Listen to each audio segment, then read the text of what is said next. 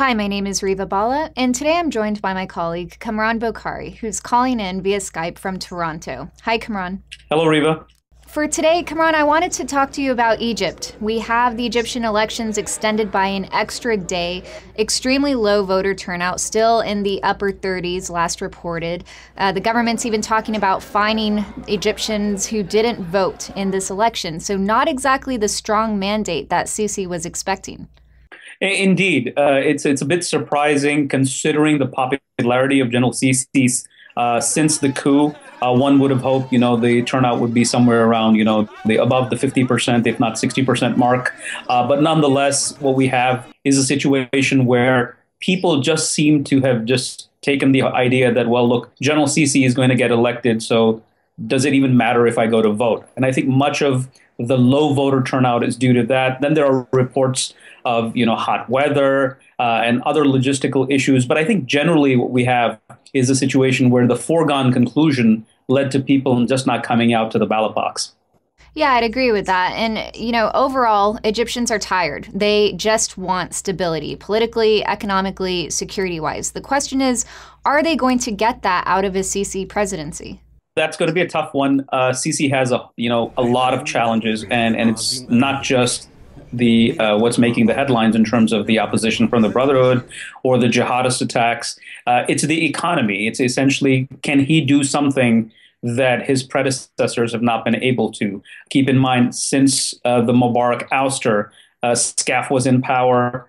Then Morsi came to power, and we've had an interim government, and there is no sign that the economy is going to turn around. Egypt is essentially surviving, for the most part, on financial assistance from the GCC countries, particularly Saudi Arabia.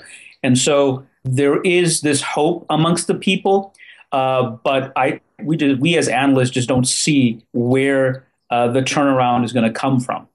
Well, Saudi Arabia, the UAE, Kuwait, you've seen some of these countries, especially Kuwait, sort of complaining a bit, not wanting to basically endlessly dump cash into Egypt. They do want to see the economy grow, but I wouldn't say that GCC support is going to go away anytime soon, even if they're kind of growing tired of it.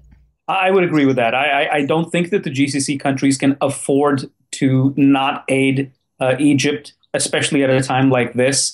But what the outcry or sort of the criticism that is, for the most part, muffled coming from Kuwait is that, they don't want to have to just keep dumping money into, something that they don't know is going to survive, much less Egypt grow out of this dependency on the GCC states. It's like any investor. You want to see a return on your investment. And I think that the GCC states, they're not oblivious of what is going on. So I think that they're having jitters at the very least. On the other hand, on the security front, while we still see attacks continuing, they are not rising in tempo and capability. And so there we might see the military actually making some meaningful progress. Indeed. Keep in mind that when these attacks started, it was about projecting power or the capability to stage attacks from the Sinai into the mainland. And that wasn't something that was, if you will, a positive development for the jihadists. They were operating under constraints.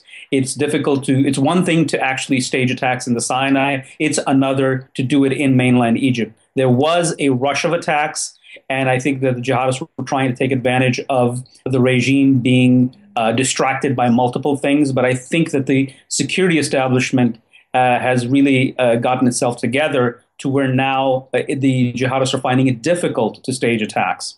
And at the same time, we're seeing Egypt restore its position as the key mediator in the Palestinian situation, as Fatah and Hamas are trying to basically paper over their differences and get back to a unity government. And Egypt, I would expect to play a very big role in that process, primarily for security reasons, as it tries to contain any security issues in the Sinai, where Hamas and the Egyptian military actually do have a lot of common cause. Indeed. And despite the fact that we saw a lot of rhetoric coming from Cairo against Hamas, which was linked to the animosity that Cairo has towards the Brotherhood, the fact is that Cairo understands that they have to do business with Hamas. So it was in their interest to push this formation of a unity government with Fatah. and it's in the so from the Egyptian point of view, they want as less problems as they can have. And one way of decreasing the list of problems was to take care of Gaza to the point where then they can better manage the Sinai.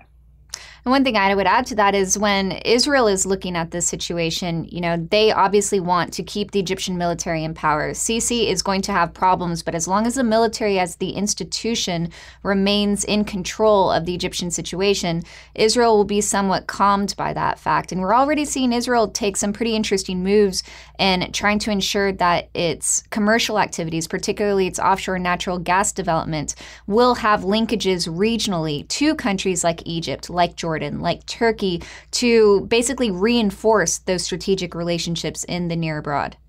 Indeed. I mean, from the Israeli point of view, if you look at their strategic environment, pretty much there's chaos on every single border, save perhaps Jordan, although Jordan is neither here nor there, given the fact that it's dealing with the Syrian uprising. So from the Israeli point of view, it's important that it also has sort of minimizes the risks to its national security. And even though that the Israeli government has come out and said, well, we're opposed to this deal between Hamas and Fatah, and the relations with Fatah are far more tense than they have been in recent times, I think from the Israeli point of view, having an architecture like this overseen by the Egyptians allows them the room that they need to deal with other crises. So basically, while we see Sisi having a lot of problems coming his way, he is not indispensable, but certainly the military in Egypt is. Kamran, thank you so much for joining the conversation, and thank you all for joining us. We'll see you next time.